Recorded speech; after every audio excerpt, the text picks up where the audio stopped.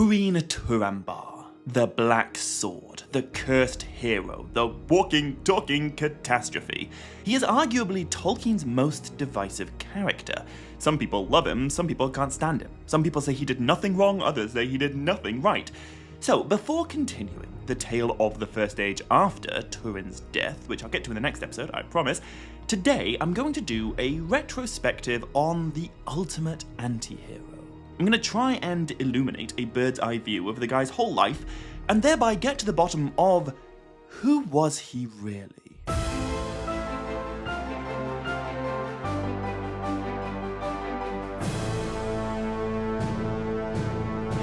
Maya, Govan and Melanine, and welcome to a special bonus episode in this series explaining and breaking down Tolkien's epic First Age tale of the Children of Húrin. Honestly, I feel that story has now been sufficiently broken down. I've spent about 14 hours explaining it. So today, instead of focusing on the plot, I want to explore the character of our controversial protagonist. And I want to explore Túrin through a moral lens, trying to answer the questions, did he do good? Did he do ill? Or did he get incredibly unlucky and suffer consequences that were not his fault? Well, to potentially spoil the rest of the episode, the answer is yes, all of the above. But before I get into the specifics, I first have two caveats to make. Firstly, I'm going to be honest, I do have a bit of a bias here. I said earlier some people love him, some people hate him. Well, I am one of those people. I recognize Túrin isn't perfect, no one is. I recognize he can be frustrating at times. I recognize on occasion he made somewhat questionable choices. And yet in spite of that, I believe Túrin Turambar was a great man. This video isn't intended to be like a fanboy's gushing, but I will make it clear I am defending him. There certainly are valid criticisms to be made, and I won't shy away from them, but even so, I reckon Túrin Turambar is one of the most unfairly maligned characters in Tolkien's entire legendarium. He deserves better. However, my second caveat, which does slightly undermine what I just said there, Túrin himself was very self-critical. In the very last moments of his life, in one of the final sentences he ever uttered, Túrin said, "All my deeds have been ill, and the latest the worst." Now, I say this with the utmost respect to the guy, but Túrin, that is absolute nonsense. Ludicrous. On the day he died, Túrin was only 35 years old, which is 1 year younger than Faramir in The Lord of the Rings. Throughout all of his life, he was only ever a child, a youth, or a young man. Yet in those 35 years, Túrin achieved so many things, and I wholeheartedly disagree that all of them were ill. So let's examine this self-criticism with a trip down memory lane. Let's take a look at what Túrin actually did with his life and try to discern where exactly he just got crazy unlucky, what exactly he can be blamed for, and what he really should be praised for. And we'll start at the beginning with Túrin's childhood.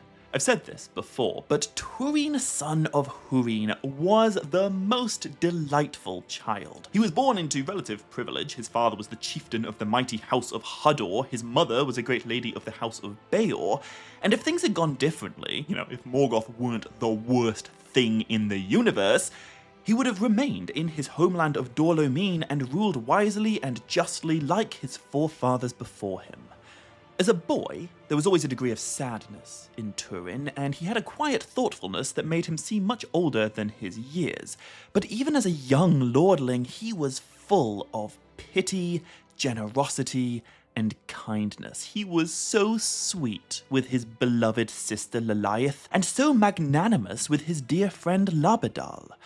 I'm aware that being a nice child doesn't necessarily undo bad deeds later in life, but this is worth lingering on. When Túrin was only 8 years old, his lord father, Húrin Thalion, gave him an elf-forged dagger as a birthday gift. And what did Túrin do with the dagger? He immediately gave it away to his dear friend Labadal, the disabled woodman. He wasn't possessive, he wasn't jealous, he wasn't selfish. On a day that's supposed to be all about Túrin, Túrin gives gifts of love, pity and a super valuable dagger to a friend whom he felt sorry for. How many 8-year-olds would do that on their own birthday? Anyway, by the time Túrin was 9, his little sister was dead. His father was captured, his homeland was conquered, his family was cursed, and he was sent far away from everything he'd ever known to go live with the elves of Doriath. And even though I think it would be pretty understandable for a 9-year-old to be quite maladjusted by such a seismic life change, throughout all the rest of his childhood, Túrin remains delightful and beloved. With one exception, everyone else in Doriath adored Túrin, even King Eleuthingol, who, up until this point in the story, had been quite bigoted against the race of men. Even he, who tried to kill Beren when he came to Doriath, loved Túrin and raised him as a foster son. I think the fact that so many characters so consistently cherish and admire Túrin throughout all of his life should tell us a lot about what kind of person he really was. I do appreciate there are a few exceptions, I'll talk about them, but over and over and over again, the people who meet Túrin, who spend time with him and get to know him, typically absolutely love him. He has some pretty epic character references, although most of those references probably would come with a warning or two. You know, this guy is wonderful, but he can be difficult. Bad things happen when he's around. In the years to come, some of Túrin's actions will take a turn for the worse, but for the first 20 of his life, more than half, all his deeds were really quite delightful. Which I guess brings us to the first major controversy, doesn't it? The death of Saeros. Túrin's critics like to use words such as murder for what happened to Saeros, but I think that's a gross misrepresentation of what actually happened. I will admit, though, this episode does represent the first dark turn in Túrin's life.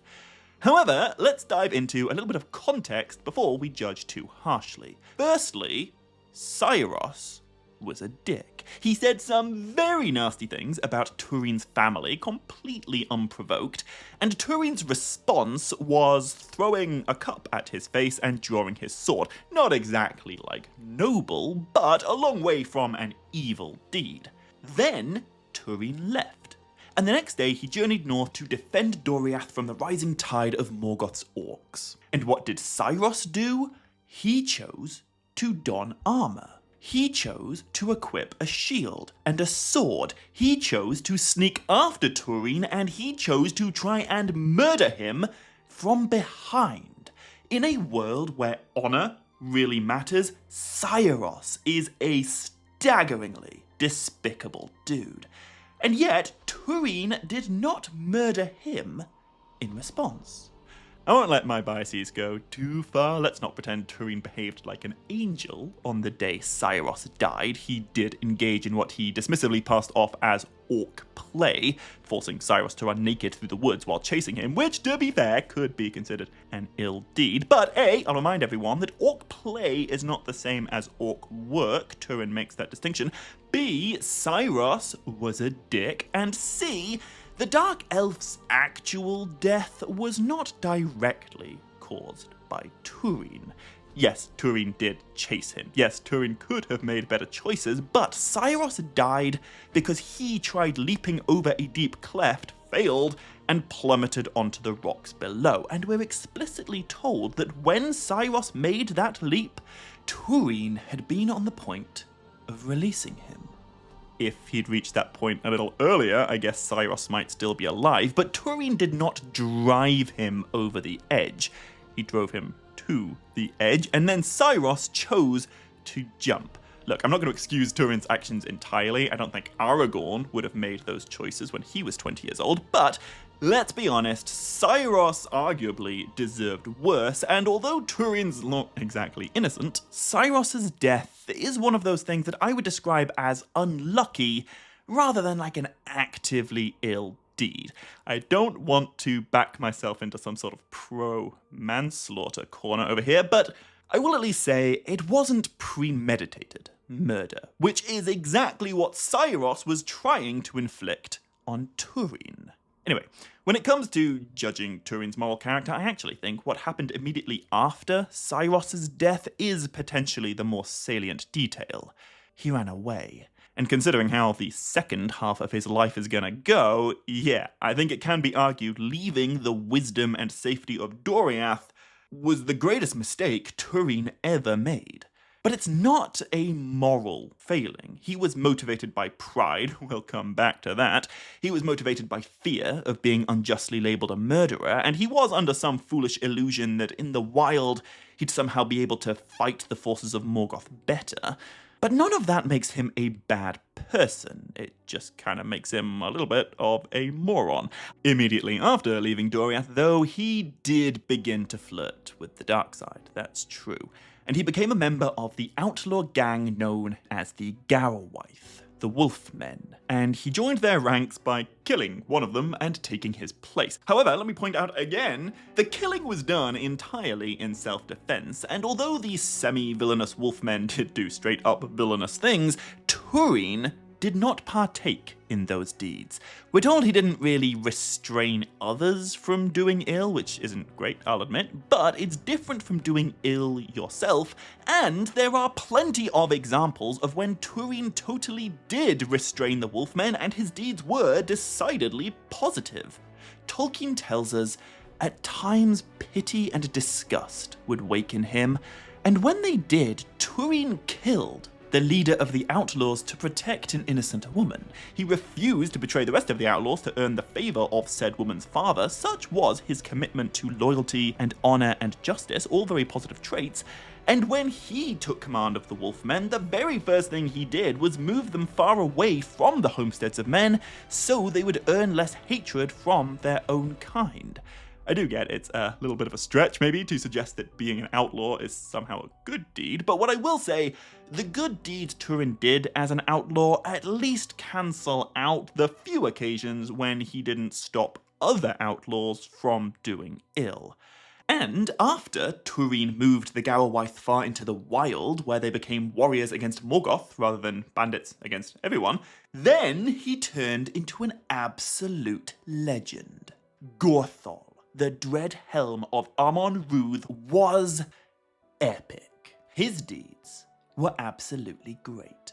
For 4 years, Túrin and his buddy Beleg Cuthalion built and ruled over the land of Helm and Bow. They defied the Dark Lord and they prevented his conquest of the wild.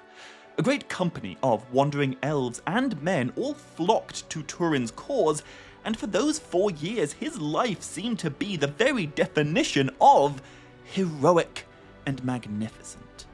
I feel like the anti-Túrin train conveniently forget about these 4 years. They don't suit the Túrin-hating agenda, but during his time as Gorthol of Amon Rûdh, Túrin, son of Húrin, was phenomenal.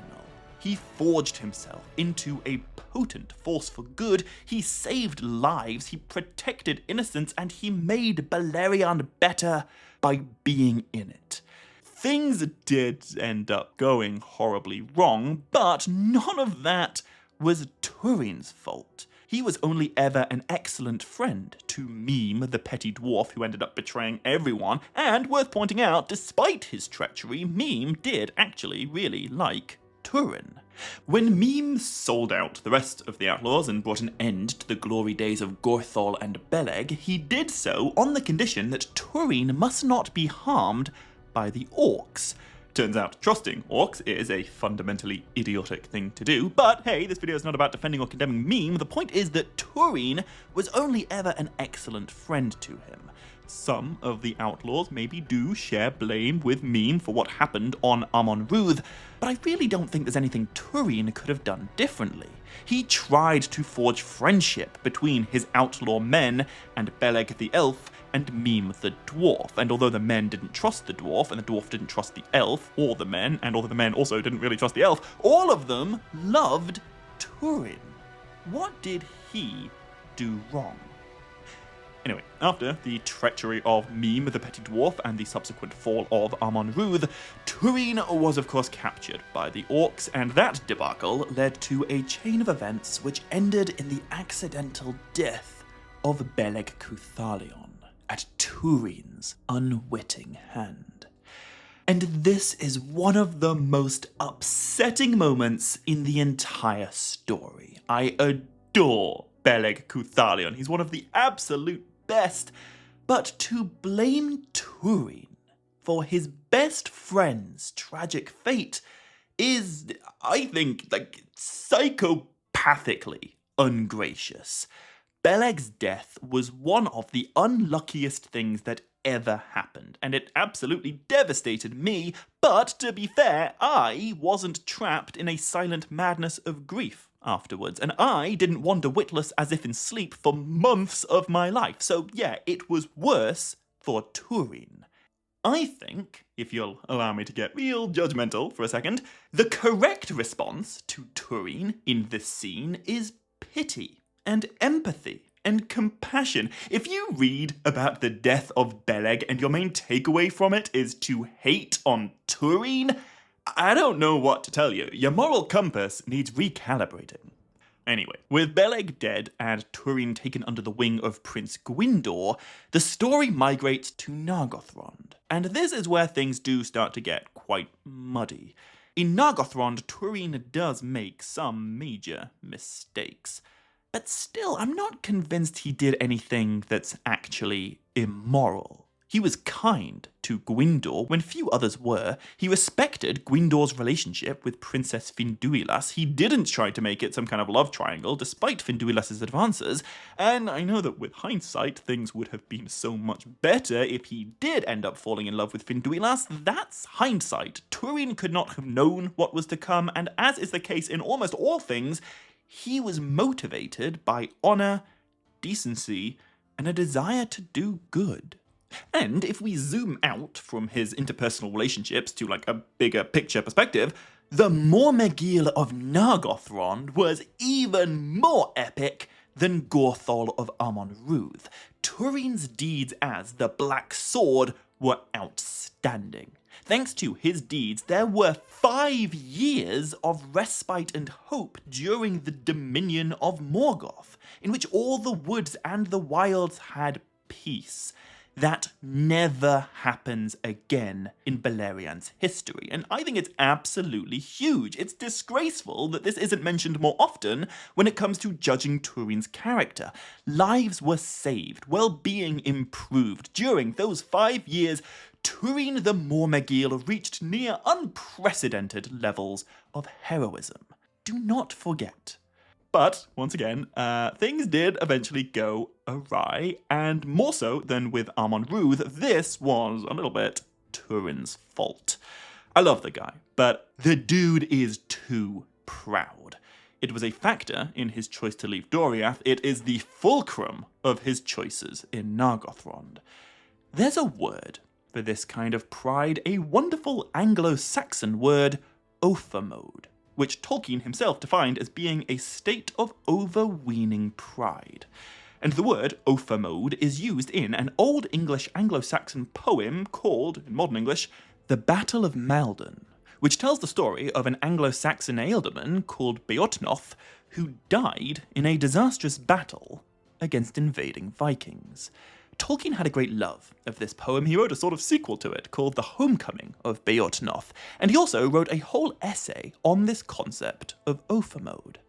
Now, the reason I mention this is that the fall of Nargothrond and the fall of Maldon both bear a striking resemblance to one another, as do the characters of Túrin and Beotnoth.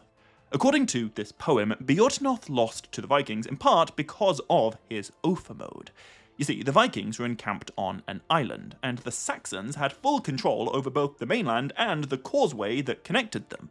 Beotnoth could have kept the Vikings hemmed in on the island and prevented their invasion quite easily, but in a foolish show of pride and overconfidence, the Saxon ealdorman allowed the Vikings to cross the causeway, so that he could fight them in the open on the mainland and thus initiate a more honourable and glorious battle, which Beotnoth lost.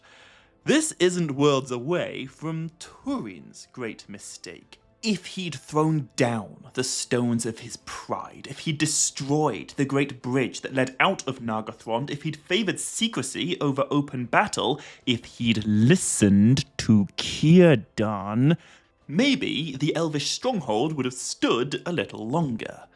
But even so, there is an important distinction to make here. Túrin did not destroy Nargothrond, Glaurung did, and by extension Morgoth did. All of this is Morgoth's fault. Túrin fought hard in defense of Nargothrond. Perhaps his pride did expedite the process of Nargothrond's ruin, but he didn't cause it. The kingdom was always doomed to fall. Ulmo said as much to Finrod Felagund when he gave him the dream that inspired its founding. So, although Túrin totally can be justly condemned for his pride, and probably should be, to be honest, the ruin of Nargothrond does not fall on his shoulders. And neither does what happened to Finduilas.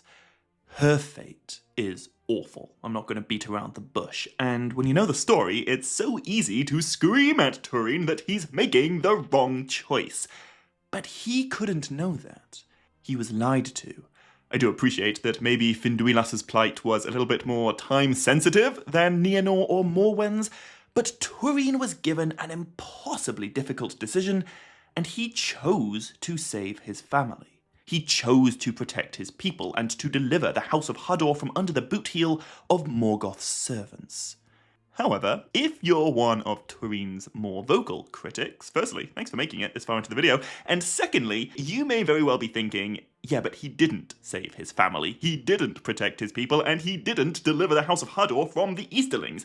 Instead of rescuing Finduilas, he went to Dol Amín and made everything worse for everyone. And to be honest, yeah, you're not wrong. Even Túrin blames himself for what happened to Finduilas, but I don't think her horrible fate was caused by him doing ill. He tried to do what he thought was right. Once again, the real villain here is Morgoth. Túrin and Finduilas were both, to differing extents, his victims. But, alright, fine. Even I'm not going to try and excuse what happened in Dol Amín. When Túrin went home, he chose violence, and it ended about as badly as any sane person might expect. Killing all of those Easterlings, that was a bad deed. They were evil Morgoth worshippers, but even so, ideally he should not have done that. Innocent people died because of it. But I do want to remind everyone, Túrin was in a bad mental space when that happened. It was, I think, the second worst day of his entire life. B, Brodder was awful, and his death was technically an accident. Túrin threw the Easterling across a table, and his neck broke in the fall. Again, not quite murder. And C, all of the good guys who died in the fighting, like Dear Labadal, all of them chose to take up arms. Túrin's actions may indeed have gotten them killed, but he didn't kill them. He was trying to do good, just not in a very clever way, 'cause he's Túrin. And immediately after leaving Dol Amín, he totally did reflect on his actions. He recognized his mistakes and his misdeeds, and he made a conscious effort to better himself and to prevent the shadow of his curse from falling on others. It's not like he doubled down after Dol Amín, literally the opposite happened. Which brings us at last to the final stage of Túrin's life, his time among the woodmen of Brethiel, where Túrin lived as Turambar. And, alright, here's a sentence you don't expect to say every day. Apart from the accidental incest, I don't think Túrin did anything wrong while living in Brethiel. At least not until the very last day of his life. I've heard it said by some of his critics that Túrin never really learns from or recognizes his past mistakes, but that is demonstrably false, an absolute lie, and his time among the woodmen proves it. He doesn't lead armies to reclaim the wild like Gorthol or the Mormegil. He doesn't risk the lives of his people when he goes after Glaurung. He does settle down and choose peace. He does show respect towards Brandir. He does show wisdom and circumspection when considering how to deal with the orcs. He does kill the dragon. I mean, he shows respect to Brandir right up until he murders him. It's hard to argue. The unjust killing of Brandir wasn't an ill deed. It was. It was the last ill deed of Túrin's, and according to Túrin himself, the worst. But Brandir's death is one of those instances where I think the reader's opinion on what happened varies significantly between those who read about it in the Silmarillion and those who read the Children of Húrin.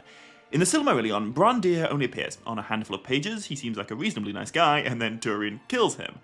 In the extended Children of Húrin version, we learn so much more about him, and his character becomes considerably more complex. Also, Túrin's relationship with him becomes considerably more reasonable. In the full version of the story, we see Túrin go out of his way to defend Brandir from some of the other woodmen. He treats him civilly, he respects his authority, he doesn't get too upset about the fact that Brandir's clearly in love with his wife, and on the day everything does go so horribly wrong, I really do think Brandir is the one who exacerbates the situation. I'm not saying he deserved to be killed, I'm not absolving Túrin of all blame, but I will point out, when Brandir was having a tough time and the woodmen of Brethil were questioning his authority as chieftain, Túrin stuck up for him. When Túrin was having an infinitely tougher time than Brandir's ever experienced in his whole life, Brandir was absurdly nasty about it. He callously goaded Túrin and even seemed to revel in Túrin's suffering. I don't believe that should carry the death penalty, but when you put yourself in Túrin's shoes, Brandir's death at least becomes understandable, even if it remains unjustifiable. I'll say it again. Up until the last day of his life, aka the worst day of his life, I think all Túrin's deeds in Brethil were good. Except for all that incest. But, once again, that is not his fault. That is the curse of Morgoth at work. So, after all of that, I guess my question is, considering the misfortune for which he is blameless, and the misinformation of which he could not know, what exactly could Túrin have done differently? How much of his misery was born out of the malice of Morgoth, and how much of it grew from the choices of Túrin? I'm not gonna claim to have a definite answer to that. I think we'll all come to slightly different conclusions, but even if I am a little bit biased, I think it's plain to see that many of Túrin's deeds in life were hugely positive and heroic. He did do a lot of good. He also got incredibly unlucky, and both he and many of the other people in his orbit suffered immensely, that's a fact. But a lot of the suffering was brought about by things over which Túrin had no control. And also, he did do some ill. He did. But relative to the ferocity with which some fans condemn him, it's really not that much. I would argue, in his 35 years of life, there are 3 substantial deeds that Túrin did that he really shouldn't have. 3 crucial mistakes. Everything else was either pretty good, to be honest, or absolutely terrible, but not really his fault. Of the things I think we can blame Túrin for, firstly, he should not have left Doriath.